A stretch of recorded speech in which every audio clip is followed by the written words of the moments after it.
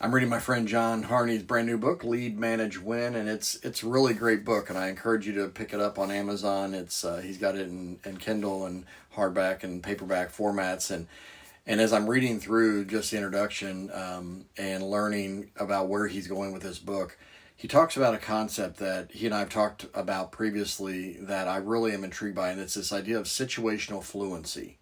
And in his book, in his context, what he's sharing is it's knowing when to lead and when to manage.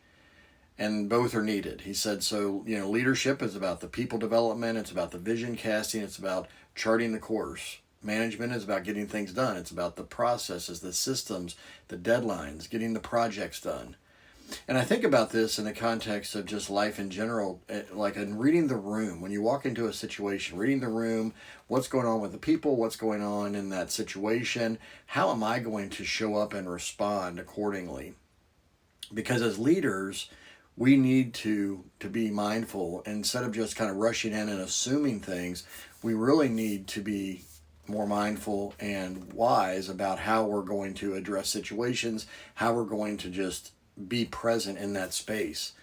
This is something that I believe is a learnable skill, but many of us, just with our personality types, we can default to different ways and kind of be like a one tool kind of person, and we need to learn how to use different tools and approaches as we enter situations.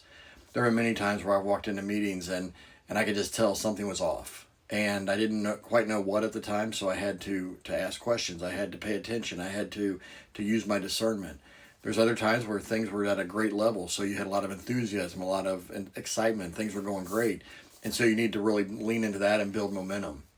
So I think this whole idea of situational fluency and reading the room is something that I really want to encourage you to really be mindful of as you go about your work today and in the weeks coming up. Is what am I walking into? What's the situation at hand, and how can I be the best leader, the best manager, which is needed for this moment specifically.